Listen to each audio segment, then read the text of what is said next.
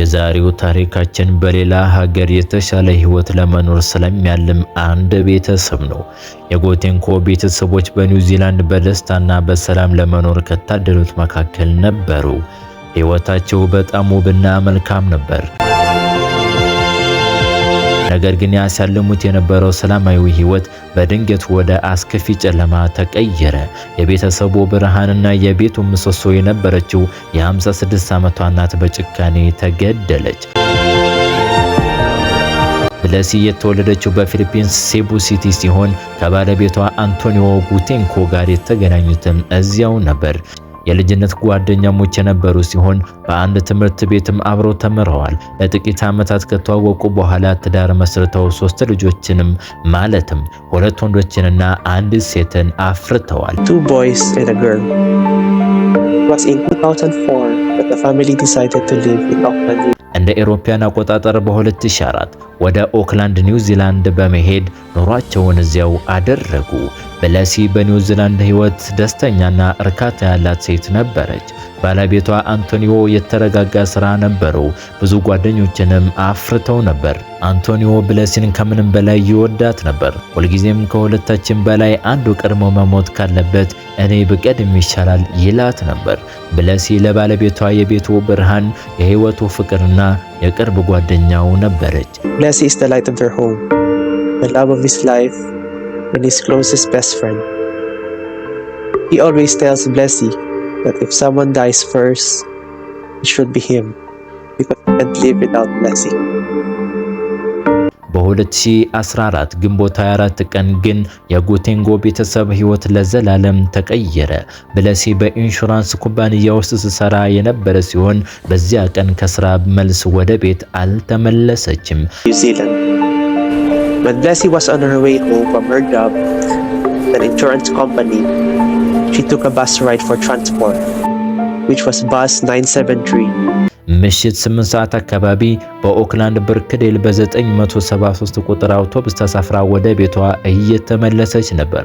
ከአውቶቡስ ወርዳ ወደ ቤቷ ለመድረስ 5 ቤቶች ብቻ የቀሯት ቢሆንም ምሽቱ ብርድና ጨለማ በመሆኑ በፍጥነት እየተራመደች ነበር። ሆኖም ያቺ ምሽት በምድር ላይ ያሳለፈቻት የመጨረሻዋ ምሽት ሆነች። During that moment was Blessy's last night here on earth. Blessy's daughter came home from work around 3 in the morning. የብለሲ ሴት ልጅ ከስራ ተመልሳ ከሌሊቱ 9 ሰዓት ላይ እናቷ ቤት አለመኖሯን አስተዋለች። ወዲያውኑም ለሁለት ወንድሞቿ ደወለች። Bea tried to find her mother with the help of the Find My iPhone app at around 6 o'clock in the morning. ፋይንድ ማይ አይፎን የተሰኘውን መተግበሪያ በመጠቀም ፍለጋ በጀመሩበት ወቅት ከጧቱ 12 ሰዓት አካባቢ በሳሊስበሪ ሮድ አቅራቢያ ስልኳን አገኙት።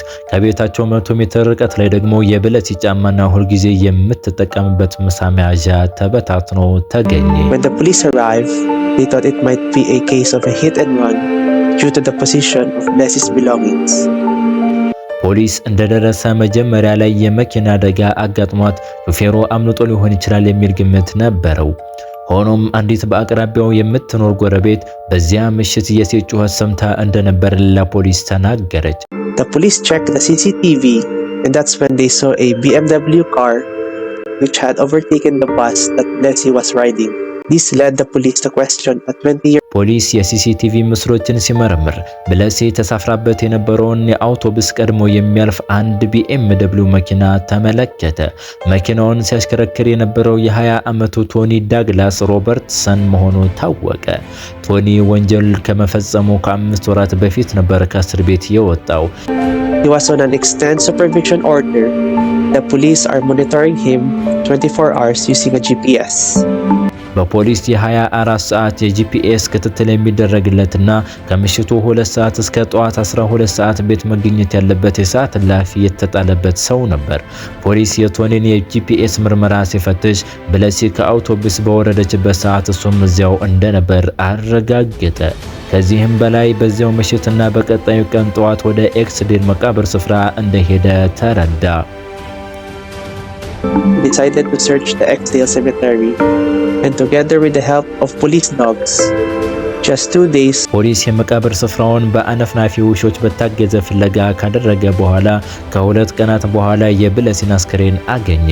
አስክሬኗ በብርድ ልብስ ተጠቅልሎ በፓይን ዛፎች ስር ተጠሎ ነበር።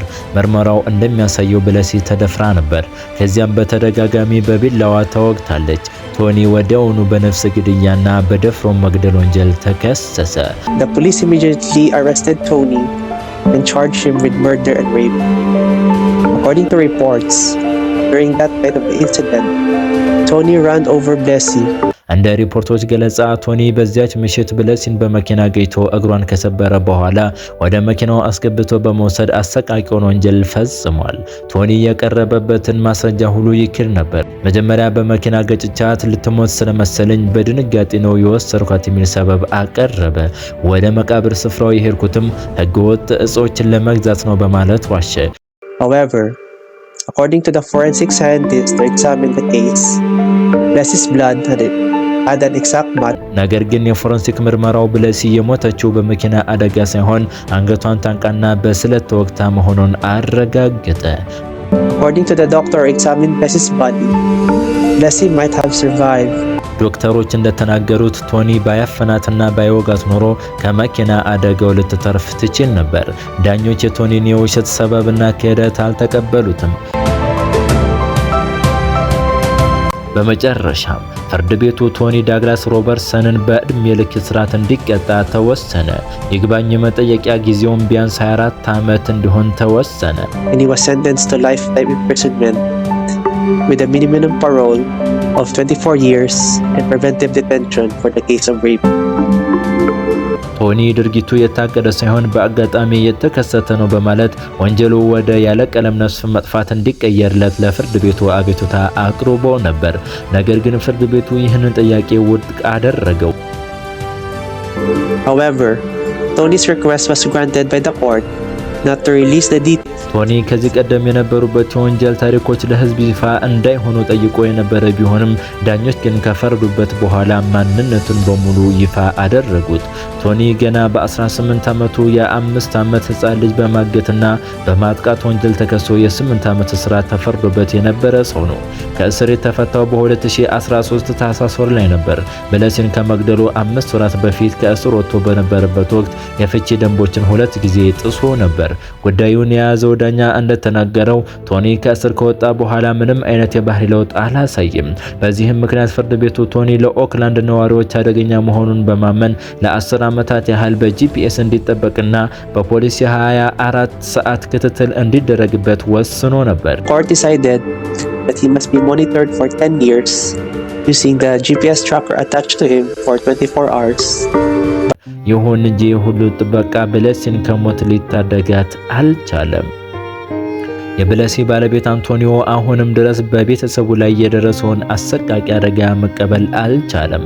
አንቶኒዮ በምሬት እንደተናገረው ቶኒ ከእስር ቤት ባይወጣ ኖሮ ወይም ፖሊሶች ክትትላቸውን በትክክል ቢወጡ ኖሮ ባለቤቱ ዛሬም ድረስ በሕይወት ትኖር ነበር።